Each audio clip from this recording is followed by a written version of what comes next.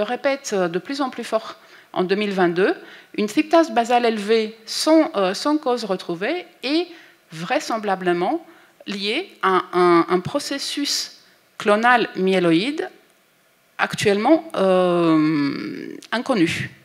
Donc c'est vraiment pas drôle, c'est vraiment pas quelque chose à prendre à la légère d'avoir une tryptase qui est augmentée. Alors, les symptômes de l'alpha-tryptasémie héréditaire, il y en a un paquet qui a été rapporté. Donc, évidemment, atopie, gastro-intestinale, la peau, le squelette, etc.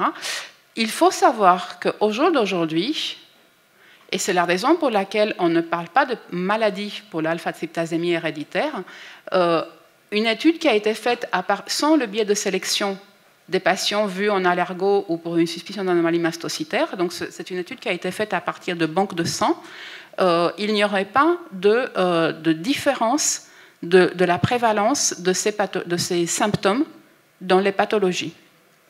Par contre, ce qui est sûr, ce qui est maintenant connu, c'est que l'alpha-tryptasémie héréditaire est un marqueur génétique validé pour le risque de symptômes sévères liés à la dégranulation mastocytaire au cours des mastocytoses. Et donc, en fait, j'espère que vous voyez sur ce tableau, donc en fait, c'est une étude qui a été, elle aussi, publiée l'année dernière, donc avec des... Alors, la réponse immunitaire, pour qu'elle soit efficace, elle se pose des questions, ou bien avec des objectifs, d'empêcher d'emblée l'entrée des virus ou d'agents pathogènes, espérer l'éliminer complètement, soi-disant, de l'organisme, et au moins contrôler sa multiplication. Ça, c'est un objectif, ou des objectifs que fixe une réponse immunitaire. Pour cela, il va utiliser deux moyens principaux, l'immunité innée et l'immunité adaptative. Du coup, on va parler de l'immunité antibactérienne, antivirale, de façon générale, antifongique, antiparasitaire. Lorsqu'il s'agit du soi, on est face à des phénomènes d'auto-immunité qui vont se déclencher lorsque l'individu ou le système immunitaire de l'individu se retourne contre les antigènes du soi. Et face aux antigènes tumoraux, on est devant un chapitre qui est à part, qu'on appelle l'immunité antitumorale. Ça, c'est pour introduire un petit peu le sujet sur la réponse immunitaire de façon générale. Et il faut savoir que, à travers tout ce qui a été fait chez les vertébrés, on a mis en évidence que, soi-disant l'ampleur, le degré d'implication de l'immunité innée. Ça, c'est important. Elle représente un peu son rôle et elle représente 95%, un petit peu par rapport soi-disant, à son rôle dans la protection de l'hôte face soi-disant, aux intrus. L'immunité adaptative va survenir après pour justement compléter on va dire l'échec, au moins, lorsque l'immunité innée est en état d'échec, ou bien pour compléter sa réaction et être plus efficace possible. Du coup, lorsqu'on regarde le système immunitaire, comment il est organisé, on peut le, soi-disant, on va dire, virtuellement l'organiser en deux. Avant, il y a l'étape un petit peu anti-immunité qui consiste soi-disant, à reconnaître un agent pathogène par les moyens qui sont nombreux, les récepteurs, etc. Après, donc, l'agent pathogène, il a face à lui d'abord à l'immunité innée avec plusieurs acteurs. Hein. Ces acteurs sont multiples, vous connaissez tous. Il y a les phagocytes, les polynucléaires, bref, les cellules dendritiques, les cellules NK. Il y a, de l'autre côté, il y a l'immunité adaptative. Entre les deux, il y a une sorte de zone de transition.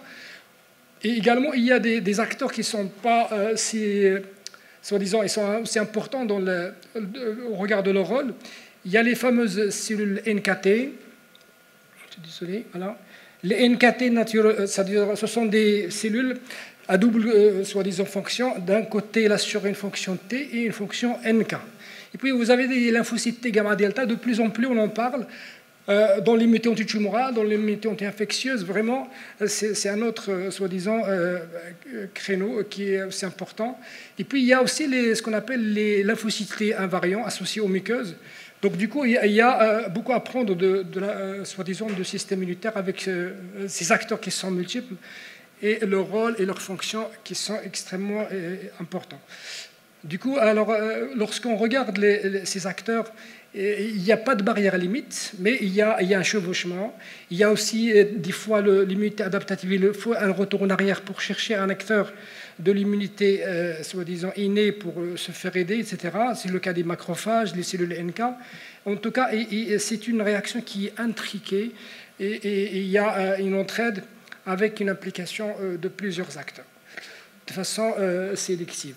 Alors maintenant, lorsqu'on switch un petit peu vers le Covid, vous savez que le Covid, on a tous, soi-disant, connu un petit peu les formes cliniques du Covid, avec les formes asymptomatiques, ou bien des formes modérément symptomatiques, celles qui sont sévères et formes extrêmes ou graves.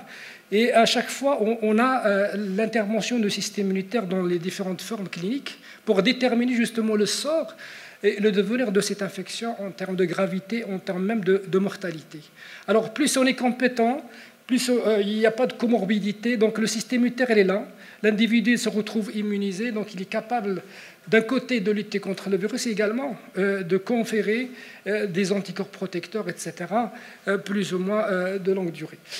Et puis, il y a, plus on avance dans la sévérité, bien évidemment, on se retrouve avec une défaillance du système immunitaire, avec un taux de mortalité qui est en train d'augmenter, etc. C'est le cas des formes qui sont critiques. Regardez, pratiquement 50% de mortalité. Ça, c'est quelque chose à souligner. Il y a, face à la gravité du virus, lorsqu'il y a des facteurs de comorbidité, il y a quelque part une perte de la bataille de la part de l'hôte. Maintenant, lorsqu'on regarde, je vais emprunter cette figure aussi, comme l'a fait le professeur Flahbsi.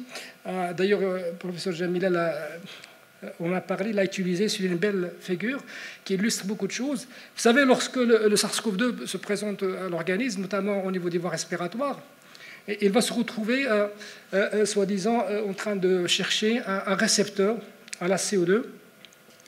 Ce récepteur est important parce qu'au regard de son affinité importante vis-à-vis de la protéine spike de la surface des virus, donc, il va donc permettre, soi-disant, l'entrée des virus au sein des cellules, que ce soit des pneumocytes, que ce soit également des macrophages. Du coup, la première interface face au virus, c'est l'immunité innée. Alors, cette immunité innée, regardez, elle est centralisée autour du macrophage. Le virus, grâce à ce récepteur à CO2, il y a également d'autres manières, soi-disant, avec lesquelles il intègre la cellule. Il y a des récepteurs TLR, il y a des récepteurs NOD. Bref, il y a énormément d'éléments qui permettent au virus d'intégrer la cellule. En même temps, le macrophage ou le système immunitaire inné, de façon générale, il va s'activer. Il va mobiliser des facteurs de transcription nucléaire, des molécules adaptatrices. Il va essentiellement utiliser la voie des cytokines, notamment pro-inflammatoires, l'interleukine 6, TNF-alpha, et les interférons de type 1, notamment l'interféron alpha et bêta, et même le gamma après. Vous avez, bref, on a besoin d'une mobilisation de la voie de l'interféron gamma, notamment en activant les facteurs de translocation nucléaire, et qui vont aller jouer sur activer les gènes qui vont permettre de coder les cytokines pro-inflammatoires. Et après, on a besoin justement de ces cytokines pour aider justement à contrecarrer ce virus. Mais malheureusement, on s'expose à, comme l'a traité bien le professeur Shakir, par rapport à cet orage cytokinique qui devient parfois un drame lorsqu'on a cette hyperactivation macrophagique, etc. Ça, c'est de le côté de l'immunité innée. De l'autre côté, on a aussi l'immunité adaptative qui va être mise en jeu. Pour passer le relais à l'immunité adaptative, il nous faut des cellules présentantes d'antigènes, comme vous le savez très bien. Donc, on retrouve ces fameuses cellules dendritiques qui vont utiliser les fameuses molécules CMH ou HLA qui vont s'occuper pour présenter l'antigène viral à des lymphocytes T. Les lymphocytes T, en l'occurrence les CD4. Après, donc, on aura besoin des lymphocytes B pour produire des anticorps et également pour mobiliser les lymphocytes T cytotoxiques. Bref, tout le monde participe à la fête. On a commencé par l'immunité innée, puis l'immunité adaptative qui va permettre justement de générer des anticorps et des lymphocytes T cytotoxiques. Bien évidemment, tout dépend de la compétence du système immunitaire de l'individu, des facteurs associés pour expliquer un petit peu, pour voir le devenir de cette réaction. Voilà un petit peu comment on peut organiser la réponse immunitaire avec ces deux volets face à l'exposition au SARS-CoV-2. Je ne peux pas m'empêcher de parler un peu, pas de la clinique, on va dire, dans le sens du terme, mais juste pour souligner une chose. Nous sommes dans un congrès d'allergo, Ce qui a été décrit parmi les manifestations cliniques, on a relevé également des pneumonies associées à l'urticaire, des pneumonies avec des dermatites atopiques. Je ne sais pas si c'est étonnant pour vous, mais bon, c'est important. Probablement à l'avenir, et même des rhinites allergiques, à l'avenir, on va peut-être inscrire dans l'anamnèse d'un patient allergique est-ce qu'il a fait un épisode particulier de SARS-CoV-2, du coup, pour le retenir comme un facteur étiologique de l'allergie éventuellement. Ça mérite des travaux de recherche, à mon sens, pour pouvoir justement écarter ou retenir cette hypothèse d'association. Alors, en parlant de manifestations cliniques, maintenant je vais essayer d'un petit peu d'aborder quelques aspects relatifs au virus. Vous savez très bien que le génome viral, on peut soi-disant le visualiser avec des protéines structurales, avec la fameuse protéine S que vous connaissez très bien, la protéine Spike. Cette protéine Spike renferme un domaine, on va dire des motifs on va dire dominants, qui renferme ce qu'on appelle la région RBD, qui représente un petit peu la partie immunodominante qui va interférer ou interagir avec le récepteur ACE. On a également, dans la structure du génome viral, on a des protéines non structurales, qu'on appelle accessoires, ORF1 jusqu'à ORF10. Et on a également des protéines non structurales dont le nombre est assez important. Voilà un petit peu de façon générale comment le génome viral des virus SARS-CoV-2 se présente. Et à partir de là, ça nous permet un petit peu de parler un peu de ces fameuses mutations dont on parle beaucoup lorsqu'on aborde le SARS-CoV-2. Vous savez, les mutations du SARS-CoV-2, par définition, mutations, c'est relatif à l'ensemble des virus, ce sont des changements génomiques qui consistent soit à introduire des délétions, on va dire en délétion, ou bien des insertions d'acides aminés, des recombinaisons, même des transversions, etc., qui peuvent apparaître de façon hasardeuse au cours du cycle de multiplication des virus.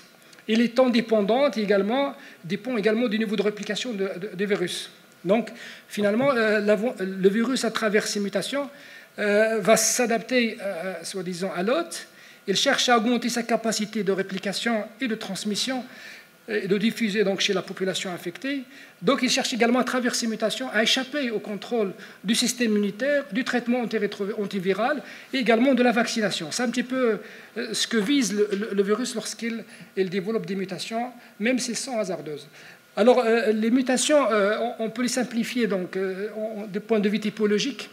On va dire les plus connues et les plus importantes ou les plus relevantes, soit ce sont des substitutions nucléotidiques lorsqu'il s'agit de remplacer un acide aminé par un autre, on remplace la thymine par la guanine, ou bien, soi-disant, des délétions de nucléotides qui suppriment une partie de la structure génomique du virus, ou bien des insertions, c'est-à-dire on rajoute d'autres acides aminés pour, soi-disant, modifier la structure génomique et du coup la structure antigénique, qui va donc finalement induire en erreur le système immunitaire, même s'il a reconnu initialement la structure, mais après, suite à ces modifications, le système immunitaire risque de se perdre.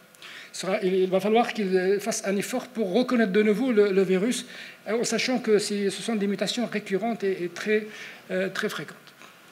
Alors, pour compliquer un petit peu la chose davantage, alors je retourne vers la structure que j'ai décrite tout à l'heure. Il y a les protéines S, et ce qui est non structural aussi, et puis les fameuses protéines dites accessoires. Lorsqu'on zoome sur la protéine S, regardez, lorsqu'on a regardé l'ensemble des mutations qui sont, on va dire, les plus populaires, qui sont apparues au fil du temps sur les différents variants des virus, que ce soit la souche initiale, ou bien la souche britannique, la souche sud-africaine ou brésilienne ou indienne, delta, etc., il y a ce qui est commun. Vous allez retrouver cette mutation N501Y, qui est partagée pratiquement entre les 4 lignées, au moins les 3, sud-africains, britanniques et indiens. Et il y a également, vous allez retrouver cette fameuse initiale, en fait, la mutation initiale D614G, qui apparaît juste après, soi-disant, le déclenchement de l'épidémie de Wuhan. Après, la mutation 501Y, elle est commune, mais après, il y avait des mutations qui sont survenues dans le temps et qui expliquent un petit peu cette possibilité de variation, cette capacité mutationnelle de SARS-CoV-2. Ça d'un côté, mais lorsqu'on regarde plus approfondément, ça c'est pas aussi exhaustif, mais pratiquement, suite à la circulation de virus, on a constaté qu'il y a des multitudes, des milliers de mutations qui ont fait que la réponse immunitaire varie d'un pays à l'autre, d'une région à l'autre, d'un individu à l'autre, etc. Donc vous voyez un petit peu comment la structure des virus, à travers ces mutations qui sont apparues sur les différentes souches de virus, ont compliqué un petit peu l'existence et l'approche, que ce soit thérapeutique ou vaccinale, pour le SARS-CoV-2. Alors, en parlant de mutations et de variants, il faut savoir qu'il y a aussi ce qu'on appelle un variant d'intérêt, un variant dit préoccupant, ce qu'on appelle variant of concern. Alors, un schéma simple, c'est à partir d'une souche soi-disant native ou là initiale. Donc, lorsqu'il y a plusieurs mutations qui sont significatives, c'est-à-dire, on parle de variants d'intérêt lorsqu'on a des mutations qui sont dites capables d'induire des changements significatifs ou relevants, qui sont capables de circuler rapidement à travers les pays, et en créant même, soi-disant, ce qu'on appelle des clusters. On a des clusters de mutations qui génèrent après des variants dites d'intérêt. Mais ce qui est plus grave, c'est ce qu'on appelle les variants of concern ou la préoccupants. C'est-à-dire que ce sont soi-disant, un degré beaucoup plus important de l'évolution mutationnelle des virus, donc il devient beaucoup plus rapide dans sa transmission, il cause beaucoup plus de cas sévères, donc il a la capacité d'échapper facilement au système immunitaire avec des modifications, un polymorphisme clinique avec un degré de sévérité, et puis également cette capacité de résister aux différentes stratégies de prise en charge, que ce soit des mesures d'hygiène, que ce soit le diagnostic, c'est-à-dire des pièges diagnostiques de laboratoire au niveau de la PCR et même au niveau thérapeutique et vaccinal. Voilà un petit peu ce qui représente, on va dire, le challenge face à des variants dites of concern, ou là des variants préoccupants. Lorsqu'on retourne vers les variants qu'on a connus depuis le déclenchement de l'épidémie, alors, ici, on parle bien évidemment de ce qu'on a décrit comme alpha, bêta, gamma, delta et après, dernièrement, omicron. C'est surtout cette fameuse protéine ou la mutation 501 qui est là. Et cette mutation, justement, qui siège au niveau de la région dominante ou la région RBD, qui explique un petit peu l'interaction avec le récepteur AC2. Donc, il est responsable d'un côté déjà de l'inhibition, l'inhibition de la neutralisation des anticorps. Donc, il y a cette mutation qui porte un potentiel d'échappement en neutralisant, en empêchant l'effet neutralisant des anticorps. Ça, c'est la première chose à souligner. Deuxièmement, lorsqu'on regarde aussi sur les trois variants qui sont bien connus, celui de alpha, bêta et delta, je veux dire brésilien aussi. Donc il y a justement, en comparant soi-disant la souche ou le variant britannique et sud-africain et également brésilien, regardez, avec les premiers, on avait une réaction anticorps qui est relativement élevée, la protection post-vaccinale également, et même l'effet thérapeutique antiviraux était relativement efficace. Mais lorsqu'on est face à la souche sud-africaine et brésilienne, regardez, soi-disant, à cause de cet échappement au système immunitaire, il y a des stratégies d'échappement des virus qui ont fait qu'il y a une diminution de l'efficacité des anticorps neutralisants et également de tout ce qui est thérapeutique en termes de stratégie, y compris même les anti-monoclonaux. Voilà un petit peu pour expliquer, soi-disant, le degré de gravité lié à ces variants of concern, comme j'ai dit tout à l'heure, avec leur effet sur le système immunitaire et sur la prise en charge de façon générale. Pour voir un peu palper plus l'échappement au système immunitaire des virus, il y a, à cause de l'émergence de ces souches, de ces variants, notamment préoccupants, alors ces variants, justement, arrivent quand même à inhiber la réponse immunitaire innée. Ils vont aller cibler, soi-disant, les phases clés de l'immunité innée, essentiellement, en interférant avec la sécrétion des interférents qui sont importants, on l'a dit tout à l'heure. L'axe des interférents, que ce soit de type 1 ou bien des autres cytokines, est important pour, soi-disant, contrôler la réponse immunitaire post-Covid ou l'anti-Covid. Donc, ces variants, donc justement, down-regulate, il inhibe en tout cas la sécrétion, que ce soit des interférons, des cytokines et des chimokines. Et également, ils sont capables d'agir sur le complexe majeur d'histocompatibilité, sachant que, tout à l'heure je l'ai dit, le CMH a un rôle important pour assurer la transition entre la réponse immunitaire innée et adaptative. On a besoin de molécules CMH qui puissent présenter les antigènes viraux à une lymphocyte T pour pouvoir activer les lymphocytes T, justement, du coup, l'immunité cellulaire et également hémorale. Voilà un petit peu comment, globalement, le système immunitaire se retrouve en difficulté face à ces variants. Je retourne vers la figure de tout à l'heure, vers surtout cette nécessité de mobiliser soi-disant les facteurs de translocation nucléaire et la voie de signalisation liée pour produire des cytokines et des interférons. Avec les variants, on se retrouve avec un virus qui est capable d'aller inhiber donc, le gène d'expression des interférons de type 1, alpha et bêta, également les cytokines pro-inflammatoires. Ça, c'est une chose primordiale pour la lutte contre le virus au stade de l'immunité innée. Également, le SARS-CoV-2, rien qu'avec des protéines accessoires que j'ai qualifiées tout à l'heure, ORF1, ORF2, jusqu'à ORF9 ou 10, là aussi, ils vont aller interférer avec la production des interférons. Donc, vous voyez, donc, on a deux moyens d'échappement des virus qui arrivent à bloquer une partie extrêmement importante de la lutte contre le virus, notamment relatif aux cytokines et les interférons. Alors, lorsqu'on regarde un petit peu en détail l'effet des différentes protéines du SARS-CoV-2 sur le système immunitaire, ça c'est un petit détail, mais bon, en tout cas, pour essayer de structurer, regardez, soit on inhibe, le virus est capable d'inhiber la production, soit il bloque les voies de signalisation. Vous avez donc des protéines, les protéines accessoires et les protéines non structurales, de différentes sortes qui sont capables de cibler et d'inhiber justement les voies de signalisation NIMO ou l'AKB ou bien la voie TRAF ou la famille des TRAF, etc. Et on a également la possibilité de bloquer grâce à ces protéines de virus, de bloquer des gènes, notamment de STAT1 ou STAT2, et également la capacité que possède l'ORF6 d'inhiber la translocation de STAT1, qui est un facteur ou un gène d'expression qui, soi-disant, qui est important pour la production des interférons. Voilà un peu comment on peut résumer les différents effets liés aux protéines des virus de façon séparée et de façon aussi collective. Un petit détail par rapport à l'action, soi-disant, à l'échappement des virus.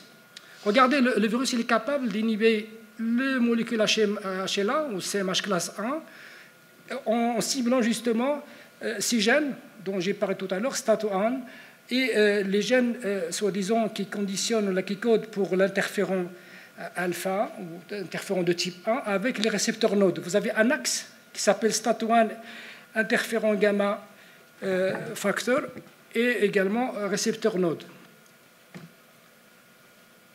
Merci. Alors, regardez ici, donc, au niveau de la cellule, hein, au niveau du noyau. Tout à l'heure, j'ai parlé du rôle des molécules CMH classe 1, donc ils sont absolument indispensables pour pouvoir transmettre l'antigène viral à lymphocyte T. Donc, il a besoin justement de mobiliser ce qu'on appelle tout à l'heure les gènes de transcription et également les gènes, notamment STAT1.